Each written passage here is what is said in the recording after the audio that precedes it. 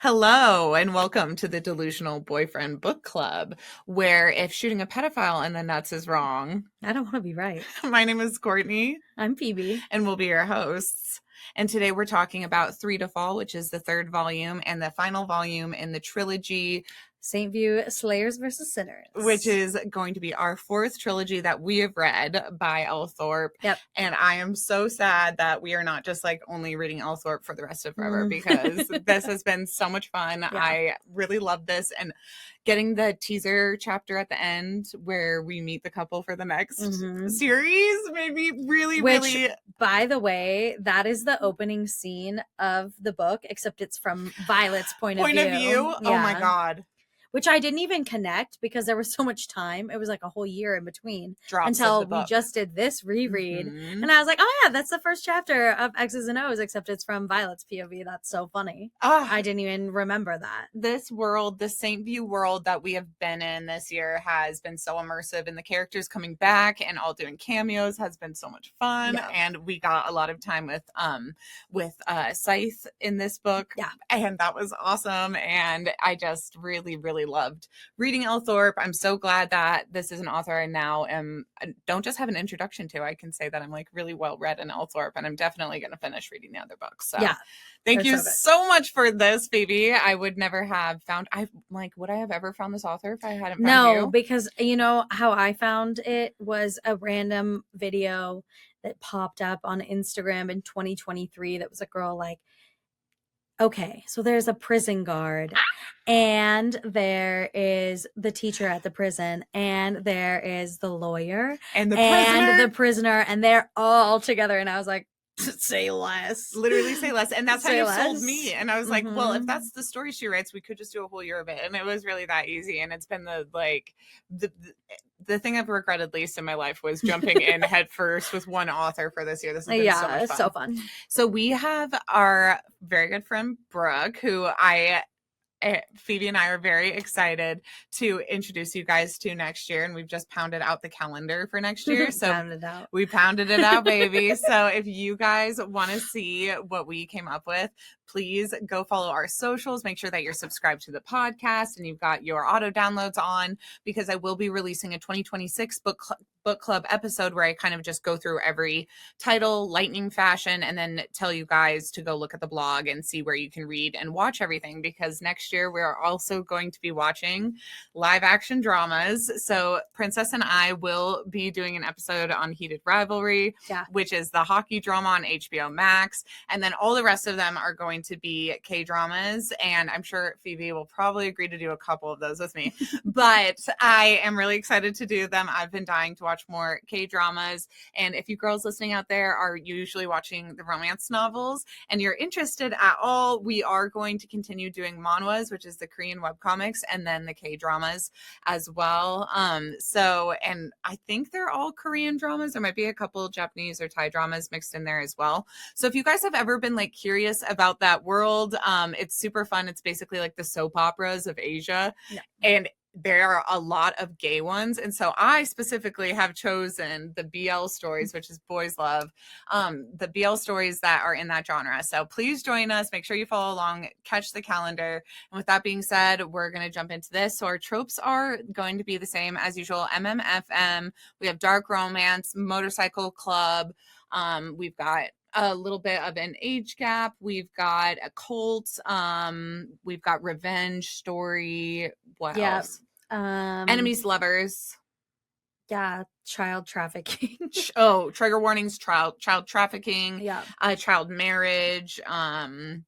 There's a lot of pedophilia. Not in this one. Like not in the storyline, but like adjacent in the trigger warnings, because they're in the plot line. Yes, definitely not with our characters. Exactly. Just so we're clear. And then let's see, the cult stuff was really a huge draw for me in this one, because it's so fun. And I love, that's like one of the reasons that this is one of my favorites. Yeah.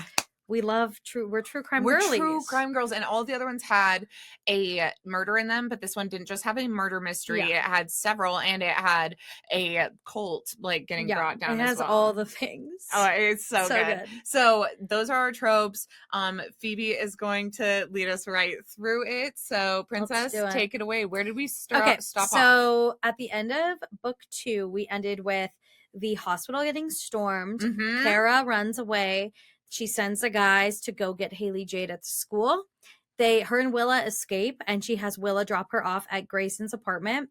And when she gets up there, she is immediately like taken as a hostage, and he's like, oh, my brother didn't tell you about me. And so we find out this is Grayson's brother, and she knows that he killed Grayson's wife because and Grayson his told wife's her sister, that, right? Yep, and his wife's sister. Yeah. So she knows that this is a bad guy. Yeah, and he's also immediately like holding a cord to her throat, isn't he? Yeah, he's immediately in danger, and he's immediately hot to me. Yeah. And I really liked him. Yeah, Trigger. She was not triggered by Trigger. I was not. I got a bunch. I should probably have been scared, but I saw no red flags. I just saw one really hot man. So basically Trigger is there. He's holding them hostage, and then Grayson shows up. Yeah, because he calls Grayson and he's like, I got your bitch here. And he's wanting to explain something to Grayson, and he kind of knows that if he stages this situation, he'll get Grayson's ear without Grayson just shooting him in the face. Yeah. Because he has just killed Grayson's wife a few years ago. So, they're not on good terms. So he shows up to the house. He's holding his current girl hostage. Yeah. And Trigger's like, I'm glad you're here. I have a lot to talk to you about. Yeah. I have been meaning to catch up with you. I have things to say, and I've had to say them for a while, but I've been in jail in another state. And he's like, and then everyone's like, oh, that's why we haven't heard from him. Didn't even think to look. Because my wife died, and then you were gone MIA for 5 years, and no one could find you at all. So turns out he's been in prison in a different state this whole time. And so we find out that he's openly like, yeah, I did murder your sister, because Grayson thought he did it. But he's like, yeah, I fucking did. And I killed her sister because they were bad people, and you didn't notice because you guys were both so self-absorbed in your own shit that you didn't even see it, what was right in front of you, which was she was working with Luca and part of the child trafficking. Yes. And so also the murder squad has a deal that anytime one of them kills an innocent, that they'll kill each other. And that's his explanation, is that she wasn't innocent. She was bad. Yes. You didn't notice because she was always away at work, but away at work, dealing in imports and you were in med exports. School, so it's like you had your own shit going on. Yeah. And they were both very like self. And you were both raised poor, so neither one of you wanted to question where money was coming from. You just wanted to think that times were good and that everything was fine. Yeah. So I couldn't explain this to you because I got arrested for a breaking and entering, a burglary charge, right? The next day. He fled to a different state, and then that happened. He got arrested shortly after. So basically, that's why I couldn't talk to you about it, and I've been in jail, and I couldn't, call you from jail and say, hey, here's why I killed your wife. Yeah, connect you to me through the prison system. Yeah. So it just couldn't happen like that. So we very quickly forgive Trigger and believe him immediately. Yeah, but all of this, I can't really remember how we end up in the scenario that Grayson's also being choked out by someone else in the murder squad. Trigger makes somebody hold him with his throat. It's choked. Hot, actually. It's I think Whip, is it Whip doing it? It might be Whip. And so Whip is holding him with a belt around his neck, and Trigger is I think what was going to happen is basically he's I won't. He's got Kara tied up, and he's I am not going to let Kara go because you guys are just going to shoot me the second I don't have Kara. And he's well, then he will kill me. Yeah. And he basically said Trigger's one thing is me. Trigger is a bad guy. He can hurt other people, but he can't stand to see me in so pain. You need to threaten my life. And he can't feel his own pain. Us from him. So kind of. he's like, I'm his brother though, and he will not hurt me. So if you and they are threaten foster me, brothers, Mhm. confirmed. and he has Trigger their whole life, has taken the punishments from their foster parents and all this. He's always sacrificed himself for Grayson. So when he sees Grayson in distress and he knows the only way he can get out of it is by letting Kara go, he lets Kara go. Grayson gets let go. And he's like, all right, now that everyone's calmed down and nobody's freaking out or getting choked out, let's figure this out. We forgive him. We also get to know a little bit better Whip and X, and they're very fun and hot and cute. Yep, and they're 2 of the 3 men in the next series. An absolute delight. I love the Murder Squad. So I know the Murder Squad's so fun. So they are saved, and then at the same time, do we have Haley Jade at this point? Okay, so meanwhile, that's what's happening with them. Meanwhile, at the school, Hawk and Hayden are at the school, and immediately they know the school's being like ambushed by all these crazy men. And so they're like, put the school on lockdown. And there's a guy harassing the lady at the front desk, and they're like, I think they knock him out or something, but they race to Haley Jade's room. But then they're like, okay, well, we can't like give away, like they're gonna get the information from the front desk that this is her room, this is where she's located, so we gotta stand guard. And Hawk taps on the door, and he's like, hey, it's Hawk, if you're in there and you're safe, like knock 3 times. So the teacher like knocks on the door, and it's like, is Haley Jade in there, is she safe? And she like knocks 3 times. And so they're just like trying to wait until they can get the kids out safely. So they're like, we'll just post up. And then the guys start coming in, and this guy comes, and the angry mob. Yeah, but this infiltrates. Yeah, and but one specific guy is like trying to get in there, and then basically openly admits that he's a total pedophile and that he likes to fuck children. And Hayden and Hawk are obviously having none of that.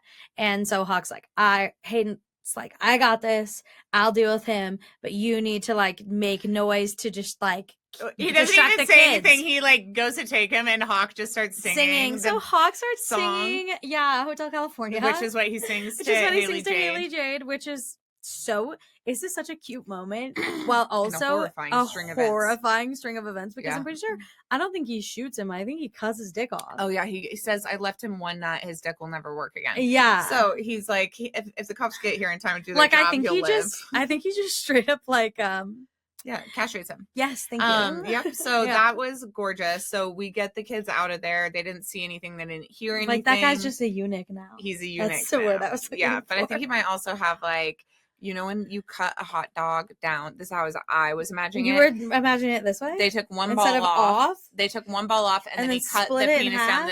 So he can still pee and stuff, like, but it will never work right. And he might need he might not be able to pee. No, I don't think so.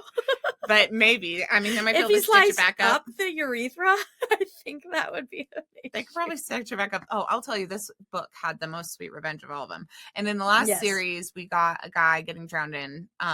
Was that the series? That was the series. No. Wait, Caleb was... That was Rebels. That was Rebels. Series, so, when he gets drowned in the cement. So that was pretty sweet revenge. But this book had better revenge, I'd say. So we get the kids out of the school, and we have basically the murder squad all back together. And then how do they meet back up? So she basically, Kara's like, so they get Haley Jade, everything's fine, and then Kara's like, I have to go back, like I have to turn myself in, this is going to keep happening, I'm going to put everyone in danger.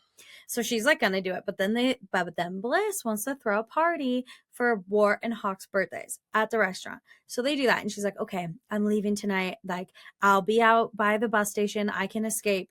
And she goes and has her first foursome with the guys, and it's wonderful. But she's like, wonderful in her head, she's like, oh, it's like basically she's like, one last hurrah. Yeah, like, she's like a dog, but she's putting herself down, so she's giving herself one last great day. So she's having this like sex with all 4 of them, and the whole time she's thinking about leaving them. And that plan never, so bad, never made a lick of sense. And I'll say this, it would be like an unbelievable plot line if we haven't had already 2 stories with Kara plus. And know that this girl, she's got whatever street smarts are, she has 0 of them, and she's got the opposite of that. Also, she's got horrible like instincts. She has like this complex of like, it's about me and it's not about this, and if I can sacrifice myself to protect the people I care about, that would be worth it. She's And- got this like complex about that. Yeah, and that savior complex does get Yeah. brought up by, is it Rebel later on? Maybe, I don't remember. Someone says, everyone I know, everyone I love has a savior complex. You would love them. And it's one of those things where, yeah, maybe when you're raised super religious and someone is like, if you die on a cross for everybody else around 100%. you, then you could be, if you're a martyr, if you do this, if you do that. But it is really just It's a bad plan. Jesus Christ, Kara. Yeah, but how is that going to help anybody? She's convinced herself that it's only about her. It's not about Haley Jade, that they don't care about her. If she turned herself in, Josiah would give up on trying to get to Haley Jade, and that's really truly all she cares about. But she just doesn't realize that Haley Jade's life without her is nothing. She's being without your mother. It's bad logic. Yeah, it's so stupid. Yeah. But anyway, so she's going to sneak off. Like, she's slinking away, and Queenie is like, bitch, be so for real right now. You are not leaving. And she's like, I have to, Queenie, I have to. And Queenie's like, okay, well, do one thing for me. Pee on this stick. And she's like, what do you mean? And she's like, I knew you were going to do this, and I think you're pregnant. And if you take an unborn child back into that situation, you will never forgive yourself. So prove to me that you're not pregnant, and I will let you go. Which, I love Queenie. I love her so much, and this was such a genius move because it's because she's right. Kara would never. She would never bring in an unborn baby into the situation. It was so hard to get Haley Jade out. It was so hard to get Alice out. Alice died getting out. Like, there's nothing that. And this whole thing is like every decision she makes is for Haley Jade. And so if she knows she's pregnant, she would never put that baby back into this scenario. Yeah. So she pees on the stick. She's pregnant, of course. Which, did you read the bonus chapter to find out who the daddy is? No, I didn't read the bonus chapter, so I'll tell you about it at the end. But I think my guess from last time remains, which was that Grayson? I thought it was going to be Grayson. Oh, that's still your guess? And then this book ends with the Gloria Hole scene where Grayson's first to get to her, and I'm just like, I knew Grayson's just not getting enough attention. He needs his own baby. And also spoiler alert, everyone gets called daddy except for him, and by Haley Jade, and he gets called G Pop or G Daddy or something stupid. G-Man, and G Man, G Spot. We had a guinea pig in college, guys, named Guinness, and it got called Guinness and G Spot, and I had so many names. But point being, Grayson doesn't have that relationship with Haley Jade as a father. Yeah. So I think he needs a kid. And I said he has the least amount of kid. He has her as a kid, but it's not 100% his kid. Okay, that's still your vote though. Yes. You're still, it's going to be Grayson's baby. Okay, I'll spoil that at the end for you. Okay. Because I just went and no, that's for the end. Okay, hurry up. So then we find out she's pregnant. She isn't going to go, but this foursome. Okay, we must speak about the foursome. Was very good. Very good because she did just have. She's her and Grayson haven't really incorporated into the group yet. Yeah. So this is a moment she's been sleeping with Grayson, but alone. And this is a moment where Hawk, who is very much her dom, tells her, you need to get Grayson. So you're going to be in this position so that you and Grayson can have this intimacy. And that way he's brought into the group. And in that way, the alpha of the group has just invited Grayson in and gotten this permission from him. And also Kara has gotten permission from her dom to do this thing in front of him. So everybody's dynamic in that moment shifts, and they're all now they're a couple. And that was very cute. Also, everything in this book between Hawk and Hayden is the best. I told you. I've been telling you all year. Yeah, this is the best book for the boys. I would say. I love it. So good. I love that you love it because I've loved it the whole time. But I feel like every time we talk about a male pairing, you're like, thank God he's not homophobic. And I'm like, oh, but the best one kind of is. The best one kind of is. Yeah. And he gets over it. He does get over it. But I'm like, oh, the thing is, this is the first enemies to lovers because we've had, because this is straight up rival gang members. Yeah. That have both shot each other. So they're enemies. I know, it's so good. It's so good. And I knew you would like it because I had read it and I loved it so much. But more than that, they also give off the vibe of they both have been raised in this town. Maybe they've known each other forever. The whole time they have their 100%. You know they have. Because they'll be they'll talk to each other about growing up in motorcycle gangs. They'll be like when you were there, when you remember back when we were like 13, whatever, like bringing up the olden days. Yeah. And so I just like that feeling too, that they're enemies to lovers, but also they have this It's like a super slow burn. Super slow which burn. we It's love. almost second chance romance because you know that Yeah. they grew up in this town together and you know they're both gay. And also Hayden like kind of alludes to having more experience with men than he has had, which I love because I'm like, who would it have been with? I love that What? too because You're lying. because when you're in his POV, he says that he has not. And then when you're in with Hawk, you're in Hawk's POV and he's like once or twice. Like he's lying. I love it. He's a liar. Just because he knows that it will make Hawk uncomfortable. Or get him horny or like both. Whatever he wants. He's just manipulating him. He just likes to needle him. But I'm just it's great.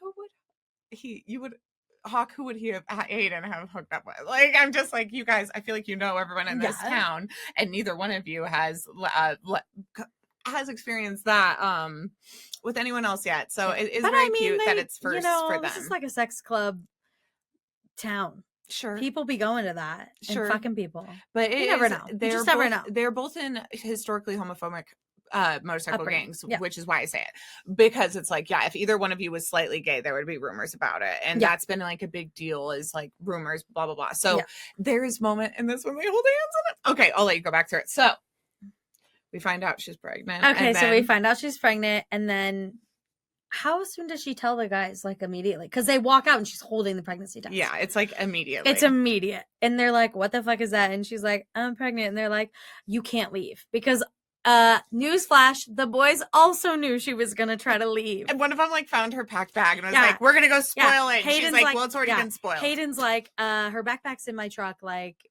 she can't leave now. Like after they have the foursome, he's like, she can't leave now. And so then they walk out and they're like, you can't leave now. And she's like, what do you mean?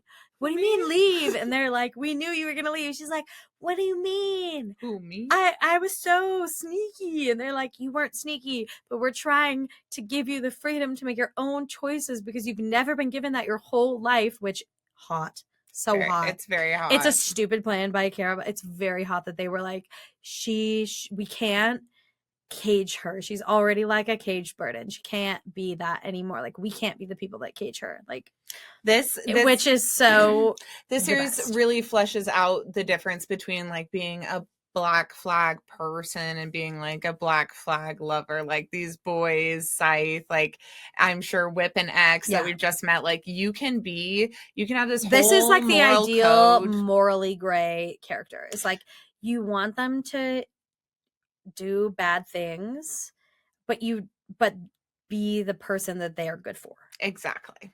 That's like the ideal situation. Exactly. Don't you think? Yes. Yeah. Yep. You want somebody who's like their strict moral code, like it includes burning the rest of the world down, but like always holding you in like a completely different standards. Yeah. So anyways, continue. Okay. So then after that happens, they are and right before this, Grayson got the hospital to agree to actually hire Hawk and Kara as employees, which this was a part of his trying to get Kara to stay thing. This is what I was gonna say, because I totally lost my train of thought, was just that this is a difference between like a morally gray person is like Josiah has no morality, none at all, and like these guys, they might be murderers, they might kill somebody, but they would never hold a woman against her will, and they would never even try to manipulate her situation. So there's one moment where one of them, I think it's Hawk, was like, I was thinking about just making you orgasm till you couldn't leave, like till your legs wouldn't work, and it's like, but I realized that like no matter, even if I think that's funny and cute, it's not funny and cute, because the heart of that is me trying to control you as a person. And although I will do many things, I will sell drugs, I will have a sex club, I'll do all this other stuff, I will never manipulate you. Which is so good.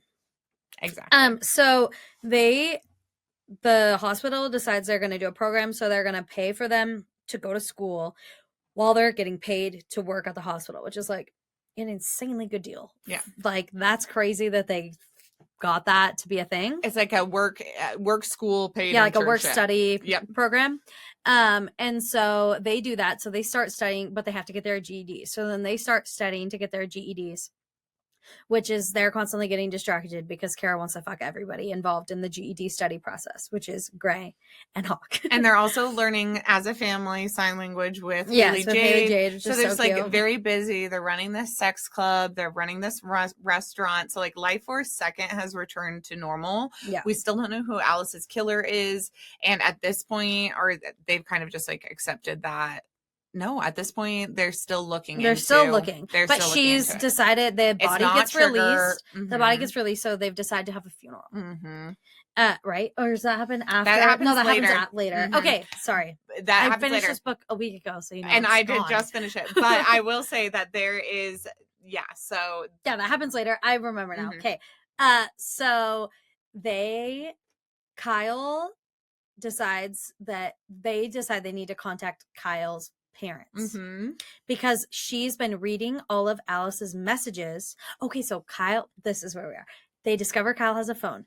There's a date. They are like, let's get you on the dating apps, buddy. Like he's like, I'm a 20-year-old virgin. And so they go to download the dating apps, but he already has a dating app on his phone. He's like, I've never seen He's that like, before. that's not mine. And they're like, okay, kid. And they open it up and the username is like Lily. Petal. No, it's Petal. Mm. Because Petal. She's going by Lily though. Yeah, but it's Petal something. But it's like Petal 4669. It's not that. Yep, and something like that. It's her little sister was it's on this. Alice. Alice we discover was on it's this Alice, and she's messaging this guy. And so Kara is like reading these messages religiously, like she cannot stop. And so they take a break. They go on a hike. This hike is great. Grayson and Hawk and Kara go study outside. They don't study, but she needs a break from all the reading the messages. And they go on this hike and they end up at a private like waterfall and lake because it's kind of late in the season, so it's kind of cold, so there's nobody there. And then Hawk is like, let's get in the water, and immediately like jumps in the water naked, acts like it's not cold. He knows it's fucking freezing, or Grayson does first, and then Hawk gets in, and they convince Kara that she should skinny dip, and she's too cold, so she immediately runs out, and then they have threesome on the blanket, and it's great. So good. It's so good. It's so good. There's a bunch of creative outdoorsy cars scenes that are very good in this. Yes. anywhere but a bed. Anywhere but a bed. Love it. Okay. That is a trope in this book. Yes, anywhere but a bed. So after they get back and she's reading through all of Alice's messages, she gets to this part where Alice is talking to this guy, and his name is Golden. That's his like username. And she gets to this part in the messages where she's talking about her fingers being sore. And she's like, that's weird. Because she's just rereading the messages. And she's like, oh my God, what does that mean? And so she's like, Kyle, can you call your mom? Because she works in the women's center that Kara doesn't know about. He's like, yeah, she works in the women's center. She's like, what is this women's center? I've never heard of this place before because she didn't work there. And so he calls his mom. He's like, Mom, I need to talk to you. And she's like, okay, I'm just going to go outside. Honey, the sauce needs to get stirred so she can get away from her husband, so she can tell Kyle the truth about the center. And she said, they're all in there and they're spending time on messaging boards on dating apps, messaging men, trying to get men into the cult, basically. Which is the honey trap scam method. Yeah, which is how Alice's messages like start. It's like turns out to be a script. But their fingers are sore because they type all day long, hours and hours and hours and hours and hours. And so and then she finds out something really upsetting, which is that they are using her other little sister who they tried to get out in the first place. They're using her pictures, naked pictures that they forced her to take, to send to men to get them into the cult, which is so upsetting. That's Jacqueline. So yes, they so are like upsetting. Renewed with their focus to go get Jacqueline. They're like, fuck everything else. We have to go get Jacqueline. Because initially they're like, Jacqueline's little. My mom's probably protecting her. It's probably, she's probably fine. Yeah, they're like, she is not fine. Fuck this. And so they decide they're going to go on a recon mission to the cult. And they're going to get out Jacqueline, and they're going to get out any women they can that want to leave. That's the mission, basically. Okay. And then if they see Josiah, they're going to kill him but that's not And also technically part of the mission. But they do know about the call center. So, like, if they can get any evidence Yeah. about this scamming situation, because obviously whatever's going on there is also very freaky. Yeah. And they're trying to get evidence to send Josiah to jail because they don't want to kill him. They want to send him to prison the way he deserves. Yes. And also, they're trying to figure out who that guy was on that dating app because he very well could be Alice's killer. They are positive that he's Alice's killer because they get to an exchange where they exchange real names and they find out this guy's name is Zan and that they are meeting at the club where she's found behind the club murdered. So they know that this is her killer and they have to find him. So they go on this mission, but they're like, we can't just go in there with just us. Like, he's got weapons, he's got men. This is a whole recon. So they take some guys from the club. They take the murder squad. Grayson gets the murder squad involved. And they leave a few guys at the club to run the club while they're gone. But they've got like a crew. Then they've got this caravan and they're driving to the cult. And on the way to the cult, Hawk and Aiden are in the back seat of the van. Okay. They take the van, not the bikes, so that they can bring back as many people as they can. So Grayson's driving. Kara's in the passenger seat. The boys are in the back. And the boys start hooking up in the back. And it is good. But they're like trying to be sneaky, but they're not being sneaky. And Kara is blowing Grayson in the front. So they don't even need to be that sneaky. No, but they're not. She doesn't start doing that until she notices. And Hawk and her like make eye contact in the mirror. And he's like, you better start fingering yourself. And she's like, okay. And then she starts like touching Gray, and then Gray like pulls the car over, and he's like, I can't drive the car. Everyone's laughing at Grandpa because Grandpa's like, focus. He's like trying to be cool. He's literally driving, and he says out loud, because they're like, also driving in a caravan. He's like, eyes on the road, Gray, eyes on the road, focus. And they're just like kind of like, and then they peel off. He peels off onto like a random side road, and the walkie-talkie is like, what are you doing? And they're like, don't follow us. We'll meet you at the next like stop. But the boys are hooking up in the back, and they're starting to move on to the next base. Yes. And it's getting real serious. Yes, it's great. And Hayden kind of makes it clear that he is okay, and kind of because he's more confident and more secure in himself that he will bottom first. And so and he's also like kind of accepted that Hawk is never gonna let him fuck it, basically. Kind of. In his internal monologue, his external monologue, he keeps pushing it. Yes. His internal monologue, he's like, he might never let me do that, and I'm okay with that. Like, he's like kind of accepted that. And yeah, that would be okay. But externally, he's like, don't act like because I let you do this one time, that's how it'll always be. So he's trying to set his own boundaries and expectations pretty clearly verbally, and he might be coming off way more confident than he is on the inside. Yes. But he does come off very confident, and awesome. It's very hot to Hawk because Hawk is like, okay, you're going to let me do this. And he also has like a little bit more knowledge, it seems, about what it's going to take to get that done. So he starts moving them towards it, and he's like, just know that next time it's going to be you who's getting bent over. Okay, Hawk. And Hawk's kind of like, okay, like he like pretty quickly is like, I could do that. That's and inside Hawk's internal monologue, he's like, oh, I would love that. Yeah. So he's like, that's definitely happening. Which I loved, because that internal homophobia definitely starts to starts to go away. For sure. That's so good. Okay. More comments on this? No. So that we just get car sex. Then after the two boys, so they do have sex in the back. Yeah. And then they come around and join Grayson and Kara. And then the foursomes continue, and it's outdoors, anything but a bed. Yes. So super fun. Love this scene. Yes, this is one of my favorite scenes. It's great. Sure. And we also get a good scene with X and Scythe and like see how they're becoming like besties. Yeah. Which is so fun. It's just like random. Yeah. It's super random, like weird psychopath friendship. Yeah. That is just the best. And this is like where you see it like really starting to blossom. Yeah, because they're both psycho killers, but they're both like to kill the knife. They're both like weird ADHD, like and all cocky and yeah. talkative. And so they're both on this mission to go, you know, help break free these women, get Jacqueline back. And they're like, hey, like we both get this outlet to kill people. You love this. Yeah. And so then this comes back later at the end. There's this chapter between them that is the like intro to the next series, but it is definitely a fun camaraderie where you're just like, oh, the serial killer vibe I've been missing. Yes, like, right. and one of them makes a joke about it. They're like, a serial killer in St. View? That's crazy. Just kidding. We know like 15. Yeah, they're like, we're all serial killers. What do you mean? Yeah. And it's like, I do love that Scythe is back in the story. He gets a ton of screen time, and it is really fun that he gets another serial killer bestie, and we stay in the psycho realm. Yeah, it's fun, right? Because everyone in this story is honestly a huge green flag. Like Grayson's a huge green flag. Hayden is a huge green flag. Yeah. And then Hawk, who you'd think might be even slightly a gray, no, he's a green flag because Green they're flag all all the way. like, Yeah. both of the boys that are like in the biker clubs are like, Hayden's left, and Hawk is like, I have no fucking interest in this. I want to be a paramedic. Like he wants to go like help save people's lives. Scythe was the only true morally gray character we've ever gotten.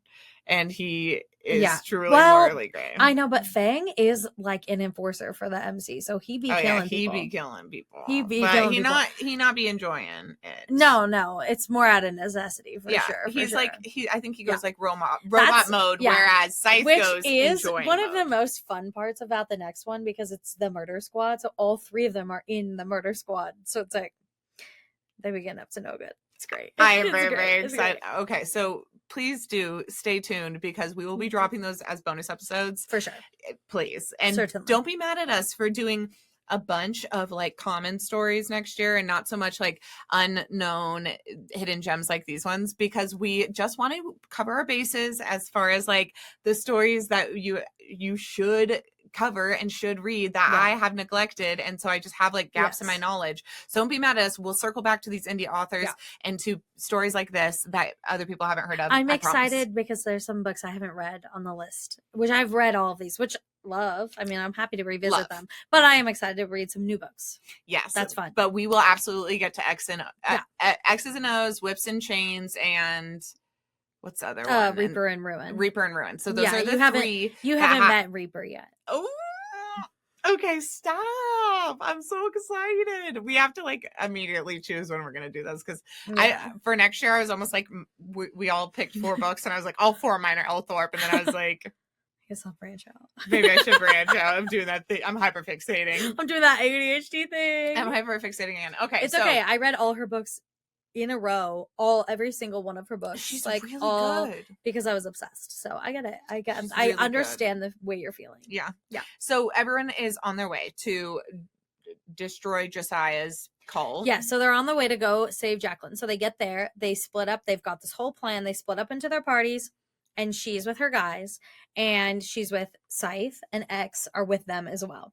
And they go to get Jacqueline, and they're at her parents' house, and she's like, I'm going alone upstairs. I'm sneaking, and like, you guys stay here because we have to be quiet. And if you see something upsetting, like, you're going to freak out. Hawk, stay. So she goes up to go get her sister, and her sister's awake in bed crying, and there's a fucking wedding dress in her room.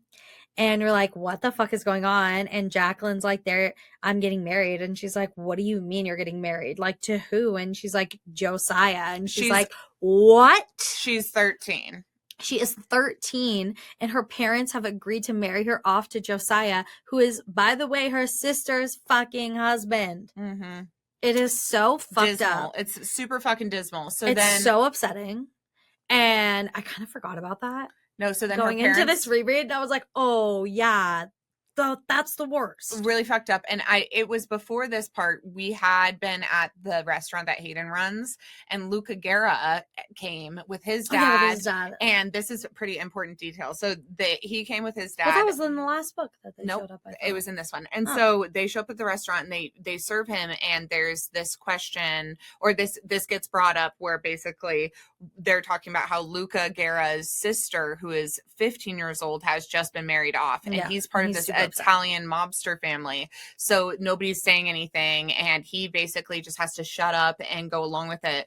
And the boys, it was Hayden, I think, calls him out and goes, yeah, well, have you fucking done everything to help her? Yeah. Did you? Because if something happens to your he's sister. like, I did everything. And he's like, are you sure? Did you do everything? Did you really do everything? And or did you do everything? I love this because it's like so often in this world, like men are just bystanders and men excuse other men. And if the 1% of good men in the world actually took action and stopped the bad men when they saw them, there'd be so much less crime like this in the world. But even the good men, the 1% of good men, they still half the time fucking excuse these other men. So this was a wonderful moment because Hayden is like, actually take responsibility. That's your sister. Why don't you fucking go get her if she's in a child marriage? We're going to go get Jacqueline and we have our own shit we're doing. So they're on their mission to go save this and break off this child marriage. Which they don't know about. No. They do not know until they're there. Yes. And she's like, thank God Hawk isn't up here because he would be screaming. He would be screaming, freaking out if Hawk saw this wedding dress. Yes. So that wedding dress sets him off. Jacqueline is ready to leave. Jacqueline's like, let's go. Fuck this. Who wakes the parents up? I don't know how they get woken up. They get woken up. And then I love this. Then Hawk finds out that Jacqueline's supposed to be married and hell fucking goes broken loose. Yes. And as it should be, you should be shocked by that news. And so the dad basically and the mom show up. The mom is like, you know what? This is fine, Kara. And the dad is like, no, you will not take my daughter. We're not losing another daughter. And her mom finally fucking sticks up for the kids. She's like, we've lost every single one of our daughters. What are you talking about? They're all gone. This cult has taken every single one of them. You and Josiah have ruined our entire family. Yeah. And you still don't have his ear. No one respects you. Oh, you're going to keep, how many of our daughters do you have to sell off to realize that he doesn't give a shit about you? He doesn't respect you. He doesn't like you. He doesn't want you in his circle. And you're not doing this to Jacqueline. She said when it was Kara, she needed a man to provide for her because she was like, alone, an adult who needed somebody to provide for her. Like and that her child. I could understand. This is a 13-year-old girl. You're selling off a 13-year-old girl who doesn't need someone to care for her because her mom could care for her. Yeah, because she's you're selling her. And she need a husband. And so the dad is all pissed, but the mom is like, it's fine, take her, go. So they go to take her. They like pack up her shit. And then Kara's like, and on their way to go get Jax, Kara's like, we have to get Sherry. And so they split up and X and Scythe go to get her. I'm like, I have to say it. Kara's never once in her life had a good idea. Moving on. Okay, but it was a good idea to get her, but it was not a good idea to not give them any further information. Because when they meet back up, they have her tied up, gagged, and they're like, she literally says, she's like, oh my God. She takes the gag off. She's like, I'm so sorry. And she's literally like, if you guys had just told me you were with Kara, I would have just come with you. So basically all these elderly women on this commune are being used as sex workers, and this one is really important to Haley Jade, and so she needed to get her off the compound. We have to help her. But in my opinion, and also she gave Kara the money to be able to leave. Yada yada yada. I'm like, you should have gotten out of there. It would have shut down the cult. Here's the thing. Honestly, getting Sherry wasn't the problem. No, getting Sherry is the catalyst that saves the day. So yes, because here's the thing. They go to get her and their eyes are off of Jacqueline for a second while this is happening. And then Jacqueline starts running across the compound and they're like, oh my God, what's she doing? And Sherry's like, well, if they were using my pictures, I'd probably go try to find the hard drive. So they couldn't do that anymore. So she's in and then she's going to the complex and they're like, all right, well, let's go get some evidence while we're here. And then shit hits the fan while they're there. Okay. They get surrounded by Josiah and his men. The other guys something happened with the other group and it's like they had like a confrontation or something and it's taking them longer to help for backup. I don't remember what, but it's not that important. It's not that important, but so basically all of this comes to a head. Josiah sees them sees Kara. Oh, they're having like a church service too, aren't they? Because Josiah starts talking and she's like, I feel like he can see me even when he can't see me. No, they're inside. They have the building surrounded. They know that they're inside. And he starts doing a speech outside and she's like, okay, you have to trust me on this. I have to go out. And so she goes out alone and then the guys go in and they take all the weapons from the men. But the women And then Kara's there, and then they take Jacqueline. And then he's like, "You will be marrying me, Jacqueline." And she's like, "No, I won't, you piece of shit." And she pulls a fucking gun out of her waistband because the men are stupid and only took the weapons from the men and not the women. And she shoots him in the junk, right? Yep. So this is when somebody gets shot in the this is dick. when someone gets shot in the neck. So, but I thought it was, yeah. So basically, Kara, he like catches Kara in the act of them all trying to get away. Yeah. And Kara's like, "I have come here to give myself up to you. I brought all these men." Yes, she tries to convince. She tries to trick him, and she's like, "I brought all of these men, and they will also serve you. Yeah. And I just need a couple more years with Jacqueline to train her how to be a good wife." And he goes, "You can't train her how to be a good wife because you're a fat piece of useless shit. Yeah. So I will train her how to be a good wife. I'll rape her right here in front of everybody." But Kara also does tell him that she's pregnant, right? Mm-hmm. So she's like, "No, don't take her. I'm pregnant. I'm pregnant with your baby. I was pregnant this whole time. I ran away, but it's your baby." He's like, "I don't believe you. I don't give a shit. I know you're whoring around. And I am going to rape your little sister right in front of you." So he goes to do it. Yes. And that's when Jacqueline gets close enough to him, because he even starts like jerking off to try to get hard to rape her. And that's when she grabs the gun out of her pants and blows his dick off. Yeah, it's and fucking I'm like, awesome. I do love that this is set in a cold climate, because most colds you're wearing dresses, except for in cold climates, they do sometimes let the ladies wear pants. And so I was like, of course, like the little girl you just wouldn't expect. Well, she's wearing pajamas. And she's running away. Yeah. Yeah. So that's why she has pants. They can't wear pants in the day, I don't think. I don't Long think they skirts can. only. Yeah. But she's in her pajamas. But she very luckily in she's this in situation pants, she has pants on because she has it tucked in the back. And so but it's so funny because she like pulls it out and blows his dick off, and then the next moment it's them relaying that to the police officers, and it's like X I think, and he's just like, "And then she shot his dick off." Yeah. And they're all calling her Jax. And they're all calling her Jax, and everyone got so distracted from that moment where she blew his dick off that they got control of the situation. And the rest of the party showed up. The backup finally got there too. Mm-hmm. And then all of the cult members who were trying to like cater to Josiah dying all got overthrown, and they got away with it. And they're like, "Jax, you're the more badass than Rebel, more badass than Kara. You're the most badass sister of the group." And they have to. She loves them all. The police are like, interrogating them, and then Liam calls and he's like, "Bitch, you don't gonna talk to my clients anymore. Everybody stop talking to the police. I'm on my way. My firm's on the way. Shut the fuck up." And the cops are basically like, "Okay, you can go home. We'll let you know. They're like, stay in town." And so they get enough hotel rooms for any women or any people that want to leave the cult with them. And so, which ends up being almost nobody. It's just Sherry and Kyle's mom. Does his dad go to? His dad goes to. Kyle's parents and Sherry and Jax, and that's it. Because even Kara's mom wants to stay. Kara's mom is like, we have no your other life. Your sisters are here. I don't like know anything else. Yeah, your other sisters are here and they're happy here. Her crazy sisters.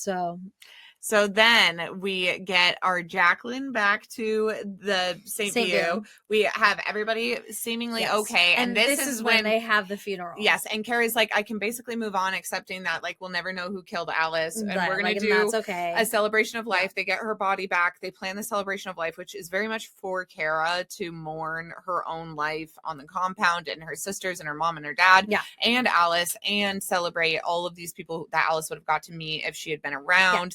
And do it in a way that Alice would have loved, which is like a party. So they're really going to party, and that's Kara's new motivation, but it's also what brings together the whole end of the plot, which is that we have crazy, right? Yes. So and I also knew this was going to happen because we talked about this on the last episode. But we have the funeral and they bury her, and basically Hawk, instead of throwing dirt because he knows that Kara is really sensitive from being buried alive, he's like, "We're all going to throw flowers. Ice, please bring up the flowers." Yeah, and Ice this pledge of the motorcycle gang, who has never been able to get his like badge, and they've been neglecting and ignoring, he is supposed to bring these flowers so they can throw it on the grave, and he doesn't show up, and he fucked up again, and he keeps fucking shit up. So they are he stayed back with the other chapter to like make sure everything was good with them. And shut down the like trafficking. And earlier on, when Kara had gotten buried alive, he was one of the first people on the scene, yada yada. So we have Ice having fucked up again, and they basically leave the funeral and say, "Oh, Ice shows up. Oh, I'm so sorry I was late. Yeah. And then Hawk goes, oh, it's funny because Riot, the leader of the Louisiana chapter, said that you asked him to No, join. War says this. Oh, it's War. It's War. Yeah. So War is like, well, actually, Riot said that you had gone to him and asked to be a part of their chapter. He's like, oh, really? He ratted on me? And it's like, yeah, there's no loyalty. Yeah. Which is like after they've already decided they actually are going to finally patch him in. Yes. And so then they have this, they're like, okay, we see that you're being neglected. We're going to go to church tomorrow. Just give us one day to talk about it. And we're going to figure out what we're going to do with you because you've been slacking off. But we do see that you need to move on to like your next, you need to be elevated in the gang. They're not making that clear to him. They're just making that clear to each other. They tell him, no, they say we're going to go to church tomorrow. And they say they're going to figure it out. They're not like super negative. Yeah, but they don't yell at him. I think that he thinks they're going to go figure out what his punishment is going to be. Yeah. And they know that their conversation is that they're going to patch him. Yeah. So, but he doesn't know that. And that's kind of important because it's kind of the catalyst of the whole thing. Yeah. But they didn't say like, we are going to kick you out or anything. So I'm just like, buddy, why wouldn't you just take your punishment like man? Because he's mentally ill. So he is very mentally ill. So he basically, they're like, we'll meet you for church tomorrow. He's like, okay, great, whatever. And then they're like, can you get something for the party? And he's like, sure. So it goes away to his point of view. He is visiting somebody at the prison and we get his name, and his full name is Alexander Key, and which reminded me of Israel Keys. Yeah, bad. So, and if you guys don't know what that serial killer is, then maybe don't look it up. But anyways, so he goes to the prison and Josiah's there with his dick being blown off. He has been put back together and he's like still, obviously people are still following him. Yeah. And so Ice shows up. He is Xander. His name is Zan. And he is like, I'm your follower. Without saying it in so many words, because they're at the prison, he's like, I've taken care of one of your people, mentioning Alice. And he's basically alludes to the fact that he's killed Alice. Yeah. He tried to kill Kara and he's really devoted to him. And he's like, well, he like says basically that the reason he killed Alice is because he wanted to have a life with her as part of the cult. And she didn't want to be in the cult, and then he realized that she is the problem, and all he wants is to be in this great, loving, beautiful place that she's in, and all she wants to do is run away. And he realizes like her sins need to be cleansed, and that's why he kills her. So he like quotes back Josiah to him. He's like, women need to be reborn again and cleanse of their sins. So Josiah's like, oh, okay, like go on and cleanse the rest of them, like cleanse them with fire. So and so he says a passage that like alludes to like killing them with fire. And so he goes to do it, and basically he shows back up at this party where the rest of them are going. Everybody is like drunk, and he starts surrounding the area with gasoline to light it on fire as a distraction. And then he's wearing a flamethrower. It's just crazy. This is all fucking psychotic. It's so crazy. So he goes, while everyone's distracted, all the men are distracted fighting the fire. He goes and he finds Haley Jade, and he takes Haley Jade, and then he uses Haley Jade to get Kara, and then because she's helping fight the fire. He's holding Haley Jade at gunpoint, and when Kara sees them, Haley Jade's not making any sounds because she can't talk. Yeah. So she's like, "Oh, Haley Jade, you're with Ice." She runs up to them, and then she realizes like everything's bad, and Haley Jade's crying, and Ice is threatening her life, and so Ice takes Kara. And he ties them up, and he's like basically going to burn them alive to cleanse them. And he had set the other building on fire, so everyone is trying to put out. Yeah, everybody's fighting the fires. Yeah, and these two are being held by him, and he's like, Kara's gagged, and Haley Jade doesn't talk, so he doesn't gag her. But there's no talking, there's no sound, like nobody knows where they are. They're in this huge forest, and then the guys come looking for Kara because they realize like Kara's gone and Haley Jade is gone. It's the best part of the book. And who saves the day but Haley Jade? Haley Jade. So the guys like are searching for them, and Haley Jade sees them and she yells, "Daddy!" Oh, it's so cute. It's so cute. And you don't know who she's talking to. If she's talking to Hawk or Aiden, but she's definitely talking to one of them. I think she's talking to Hawk because she ends up calling Hawk For sure. daddy and She's talking to Hayden Hawk. dad. Yeah. And so she screams out for Hawk. In my mind, I'm like, that's definitely for It's Hawk. for sure Hawk. So she screams to him. The boys come over. They basically save the day. But then in his last moments, Ice lights himself on fire because he's poured gasoline on all three of them, like murder-suicide style. Yeah. And then he's like, I've got to get this right so I can be get salvation. Yes. So he lights Like, himself. we're all gonna die. So he sets himself on fire. He lights on fire. The two girls don't.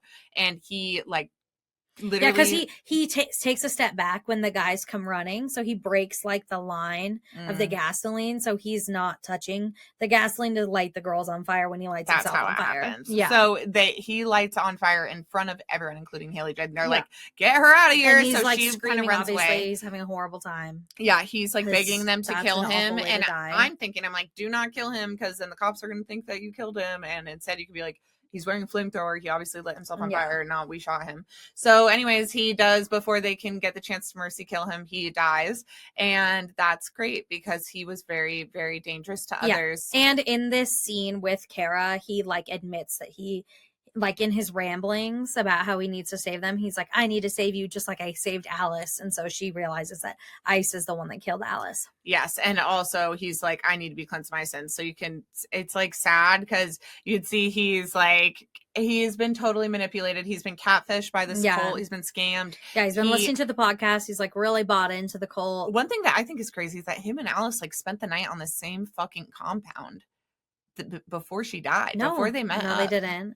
They were staying at Rebels. No. Oh, they were staying at Rebels. They moved to the compound because she dies. I was like, the crazy coincidence is that he must have been like sleeping next to her. Okay, so, but he would have been, I mean, like, but the thing is that he did not want a wife or a girlfriend. He wanted to be a part of this community. Yeah.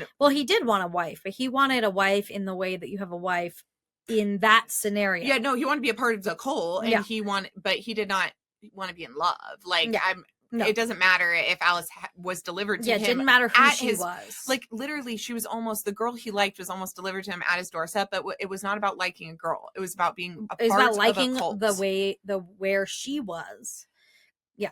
It was about her taking him to the cult. He wanted to be a part of the cult. And what I really find fascinating about Elle Thorpe is that she's from Australia. And she is very tapped in, it seems, to this American, like, male loneliness epidemic and, like, the certain crises we have here. Because with Caleb and his misogyny and, like, the rape and the parties and the, like, frat pledge-esque environment. I'll tell you what, when I was in Greece, I met these girls from Australia. And they were talking to me just about, like, American politics, and they're like, everything that happens in America then happens here in Australia. You have no idea how influential the things that are happening there are to what's happening in our daily life. And so I think that's also a big part of it. And I think we might have, like, actually a more similar government and stuff than we think, as far as the conservative leaning stuff that's happening in both countries. They said that, like, like, Trump influences people being crazy there. Yes, which my little sister. It was like the first thing they asked me. They're like, "Did you vote for Donald Trump?" And I was like, "No, God, no, little God, no." And they're like, "Okay, cool, we can go out to dinner together." I was like, "Okay, thanks." My little sister studied abroad in Perth, Australia, and I was like, what, like, why did you guys choose Australia, whatever? And they're like, well, it's like the country. And I was like, what do you mean? And then I figured it out, because we're like Hicks. My sisters are like total Hicks. We're from the country of Montana, and they went to, like, the country hick area of Australia, and they're like, no, Courtney, it's like, they're like, there's rednecks there, like, that's what it is. And so I was like, oh, that does make sense to me, I guess. But Elle Thorpe does seem to have this grip on this, like, the socio-political issues that the men are facing in our country, because Ice feels like he could be any mass shooter, and Josiah 100%. could be any cult leader that we have. And so and it is interesting, because now that I'm saying all of that, I'm like, My Favorite Murder, our favorite podcast, of course, they've covered a million serial killers and cult leaders and stuff like that. So, of course, these issues are everywhere, but it does feel very American to me, and it's set in America. It's set in America, and she's doing a great job. Yeah, she did a really good job. True American spirit. It feels like it feels just like the American neighbors I know and love. 100%. I get that. Okay, so before shit hits the fan at this party, Hawk, like, takes Hayden into the clubhouse, and he lets Hayden fuck him, and he tells him that he loves him. And And that's an important thing that we needed to get back yes, to. yeah. So I was gonna bring that up earlier because I was like, wait, was it the card? No, it was this moment. Yes. So he had at the club been kind of hinting to Kara, and Kara's like, oh, you guys go have a moment alone. Yeah. And so he has this moment alone with him, and then he tells Hayden. Hayden immediately makes fun of him and is like, you did not just say you love me. And he's like, I did. And he's like, well, I say I love you too. Like, isn't that crazy? And he's like, well, we're not just gonna sit here and talk about it. Like, you're gonna fuck me in the ass. And he's like, all right. So then, but I do love that Hawk, like a 15-year-old girl losing his virginity. It was like, like the second he got penetrated, he was like, I love you. Yeah, and then he's like, did I just say that out loud? It's like, yes. Okay, it's the best. Be basic and desperate and needy like the rest of us, girl. I get Welcome you. to the club, girl. I see you, actually. Yes. Yeah, it's the best. Okay, cutest moment. That was the best. I love them. Yeah, and best. Also, I love when he's like warming him up with a butt plug and he's like, I got you a manly one. It doesn't even have a sparkle. Doesn't even have a jewel. Yeah. Doesn't even have a sparkle. Like, you just spread them for me. He's like, I can take it. You don't need to prep me. I just love Hawk. He's he's the best. Such like a little brat. Because this is what I love. I love that Hawk is everybody's dom, and then he can let his guard down for Hayden. And Hayden does show him the ropes and teaches him, and takes sometimes more the student to, or the more of the teacher to the student role. And so I like that Hayden in a way has some like authority over Hawk. Yeah, well, he's like, they're equals. He's more willing to be emotionally vulnerable. Yeah. And so he's teaching Hawk, like, it's not even that he's teaching Hawk like the like sexual part of the relationship. He's teaching Hawk how to just be emotionally vulnerable and be a real person. And that is so good. And not let the homophobia like rise to the surface all the time. And how to just like be sweet for a second. Yeah. And it is funny because, but I love them because they like give each other so much shit too, and I love that. I love that Hayden isn't just going to let it like dissolve into sappiness, because he's like, we're not like that. No, you're not like that vibe. And just because we're gay doesn't mean we have to like be anyone who we're not. We can still have our same personalities and joke around the same. And I just think it's so cute. But I do like also Hayden does take the control in a way where Hawk like really bosses Kara around. Like Grayson and Hawk's dynamic is like employer and employee. And then with Hayden and Hawk, it's always been these two equals, these two like enemies. And at certain points, like Hayden lets Hawk fuck him first. Yeah. He lets him. And like, even in that moment, he's in control. And then when Hawk is ready to return that favor, you know, like, I don't know. It just feels like Hawk, like Hayden is the one in control, and Hawk really lets go of control and lets Hayden take that for him. And like, I just think, but I like really... that's a dynamic the whole time. Like the first time they hook up, Hayden goes in there and he's like, well, I'm going to suck him off and then I'm going to leave. And Hawk's like, what are you doing? It's always Hayden taking the action. And that's Hayden first, but then Hawk is always like surprising. Hayden is never like in his inner monologue. He's always like, it's okay. Like, I'll be the person to do it. And I expect nothing from you. And Hawk is like, I expect everything from me. No, like this is a relationship. Hawk is always returning it immediately. He's always happily surprised that it went there. And Hayden is always like ready to be rejected and expecting to be rejected. Yeah. And Hawk is always like pleasantly surprising. Because Hawk has been just like, meanwhile, fantasizing about him for days before this interaction. So like then Hayden's like, oh, Betty's not gonna like this. And it's like, oh, I love honey, he's been he loves it.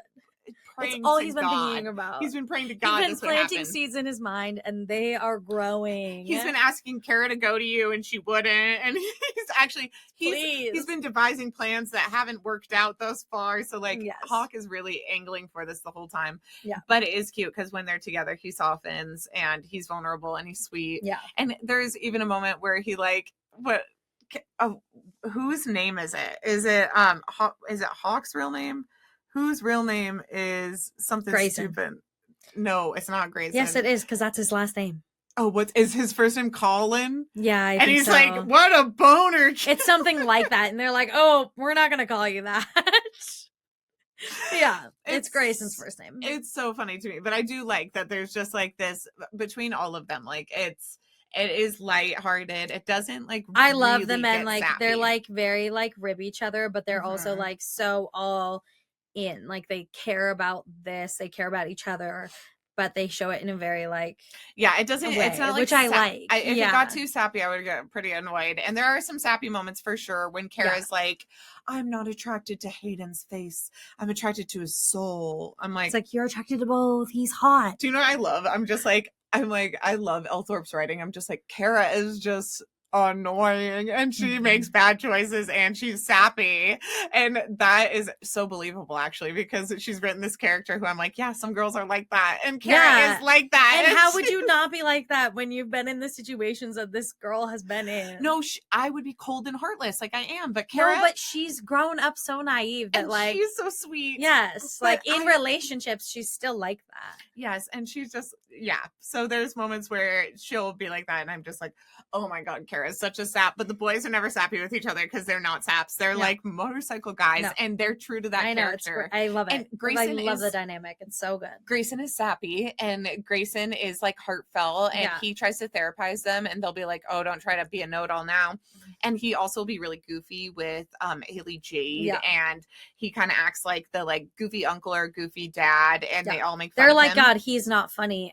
But Kara's always laughing at his jokes. Like he's like, it's so funny because like to Haley Jade, he's not dad, but he is like the dad of the group. Of the group. And I do really like that each character like the motorcycle boys are never sappy. Kara is sappy. Grayson is in his own way.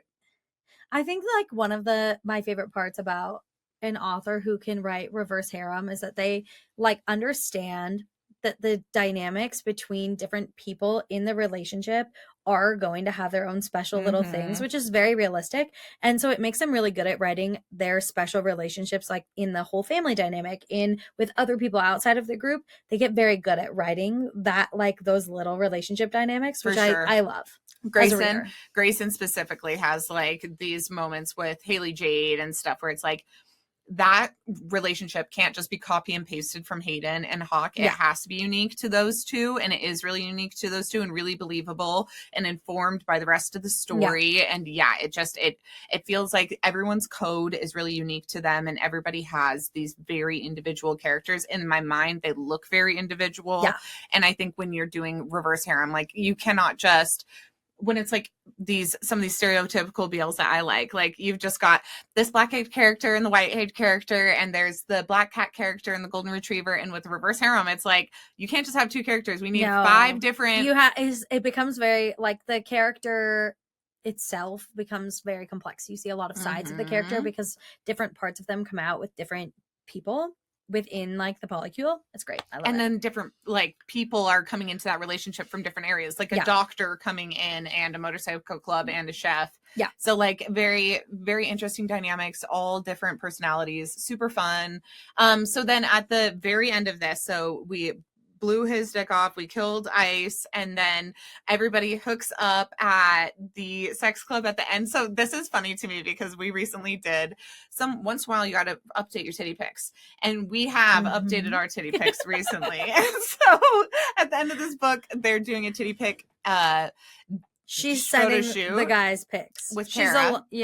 Kara's alone. The girl Bliss has picked out some lingerie for her, and so then they help her get all dolled up, and then she's alone sending the guys pics from the sex club, and she's talked to the hostess like, "Don't let anyone in except the boys." Like an hour before the party starts, these 3 guys can be let in. Yeah. So she sends some pictures. They all start texting back, and they're like racing each other. Yeah, they're like racing to get there. Who's gonna get to the sex club first? And so she is like hiding over by the glory holes, and she hears someone come in, and she's like, "Don't say who you are.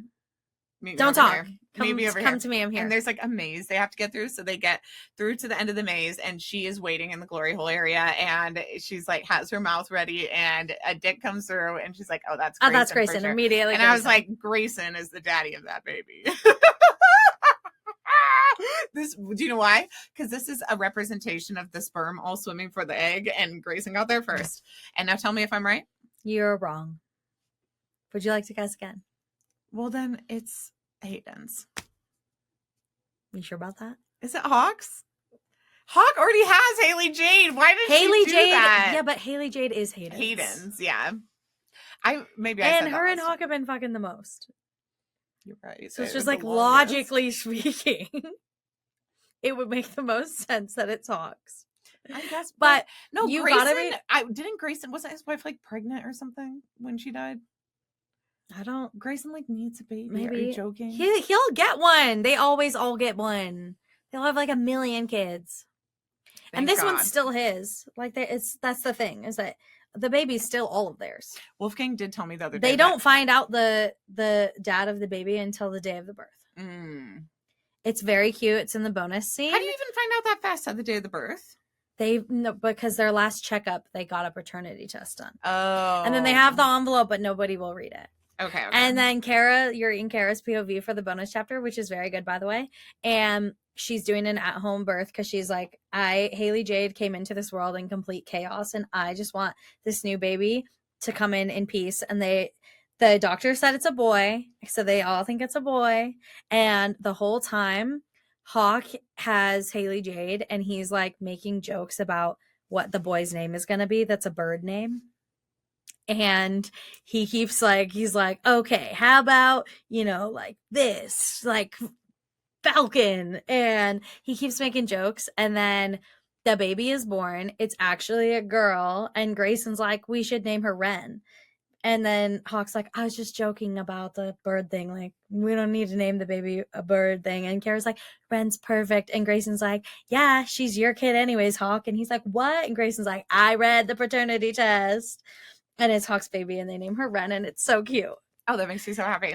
It's very cute. It's very cute. Yeah. You can read that bonus scene for free on her website. It's very good. I love And you also, and there's also a chapter in Ice's POV of the final, chapter of the book.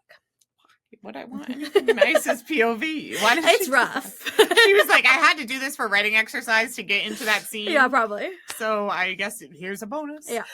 Oh my gosh. Yeah. Okay. Well, I'm so excited. Yeah, it's so good. So read that if you want. But then the actual epilogue in this book, we go into X's POV. He goes to Scythe's house. He's like, can Scythe come out to play? And he's like, I'm retired, but I'll come. And they go. He's like, I'm going killing. Come on. And Scythe's like, I won't be killing, but I'll come with you. And moral support. I haven't done it in a while. And so they show up to a house, pretend to be pizza delivery guys. The guy opens the door, and they go to kill him. He's on their his approved list. And they find, after they kill him, they look up and a girl is across the room, and she's has clearly been tied up and stripped. And they're like, oh shit.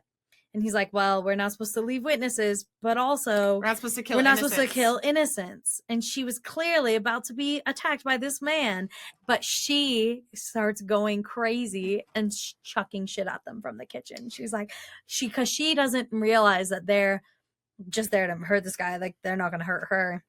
She's like, oh my God, there's more of them, because she's getting attacked. She's going to get raped by this guy, probably murdered. And that's where we leave off, and it's so good because then we leave off because Grayson sees it in a camera, and he's like, "The fuck?" Because no, they call him. Yeah, they're like, Scythe calls Grayson while the girl's name is Violet. Turns out to be Violet. She's chucking cookbooks, pots, pans, knives from the kitchen at X, and who's dodging them, but also he's like, I'm in love with you. You're the love of my life. You are so beautiful. And she's like, what the fuck?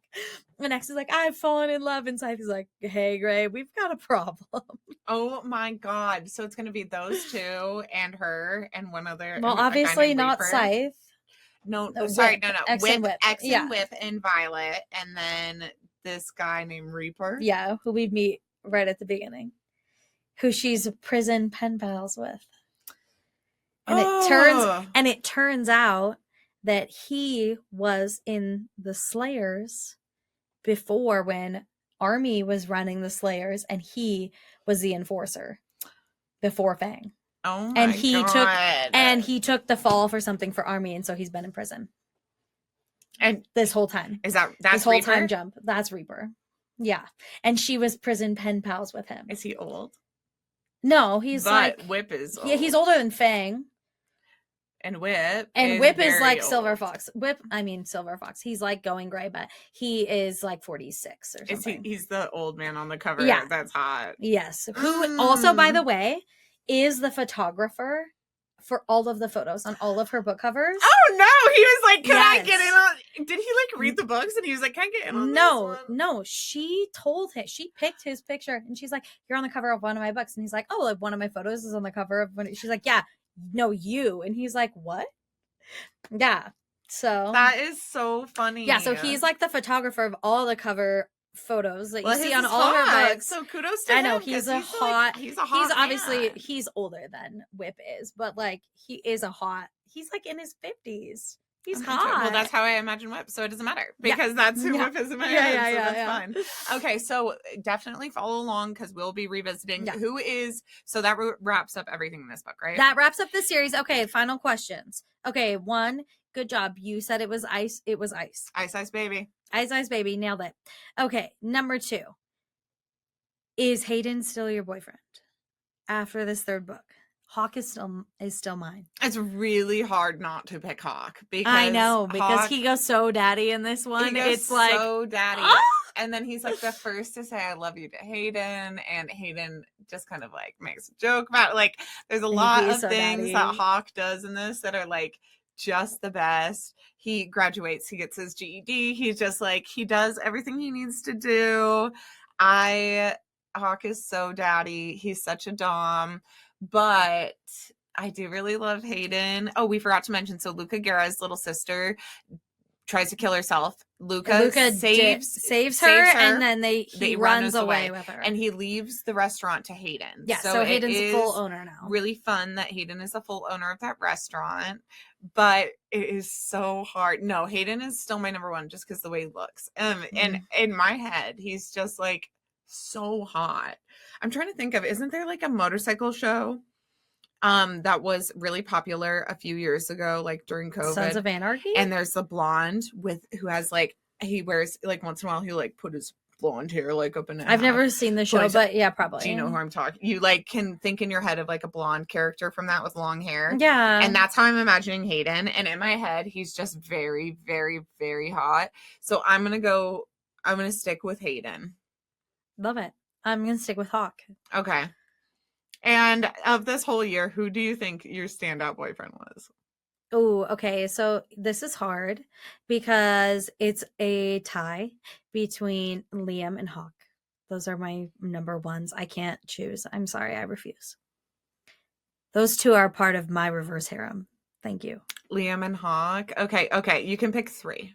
Oh, I get to pick my own reverse harem. You get to pick your own reverse harem. Okay. I'm just thinking right now, at the beginning of this episode, did I say this was December's December's romance novel of the month? Yeah, I think so. I don't know. It is though. But I'm going to say, I'll say it right now. Today we're talking about December's reverse harem romance novel of the month. Okay. If I have to clip that in. Okay. So pick your harem. So Liam, so build your own BYORH. Build your own reverse harem. Okay. Liam, Hawk, War. Liam, Hawk, War? I think so. Dang. I know it's really hard, but I think so. No, that's real tough. Okay. But I might pick Hayden and not War. But I can't have the brothers. I can't have them both. That's like gross. It is gross. So I'll pick War. You can have Hayden. Okay.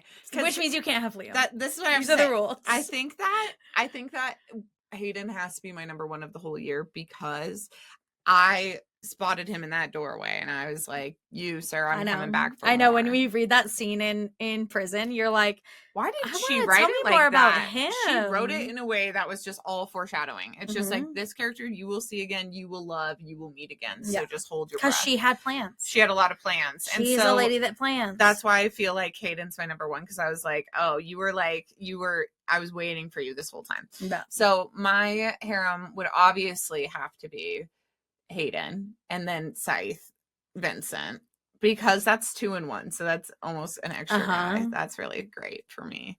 And then I want to say